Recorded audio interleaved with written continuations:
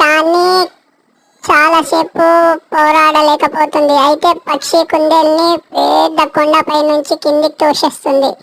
పప్పి చాలా పైనుంచి కింద పడంగానే దెబ్బలు చాలా తాకుతాయి. దెబ్బలు తాకి చాలా రక్తం అవుతుంది. అయితే అక్కడికక్కడే చనిపోతుంది. రాబిట్ తొందరగా పరిగెత్తుకుంటూ వచ్చి చాలా సేపటి దాకా లేపుతుంది. కానీ పప్పి లేవదు. ఆఖరికి చిన్న గొంతు తవ్వి దాంట్లో పప్పిని పెట్టి వచ్చేస్తుంది.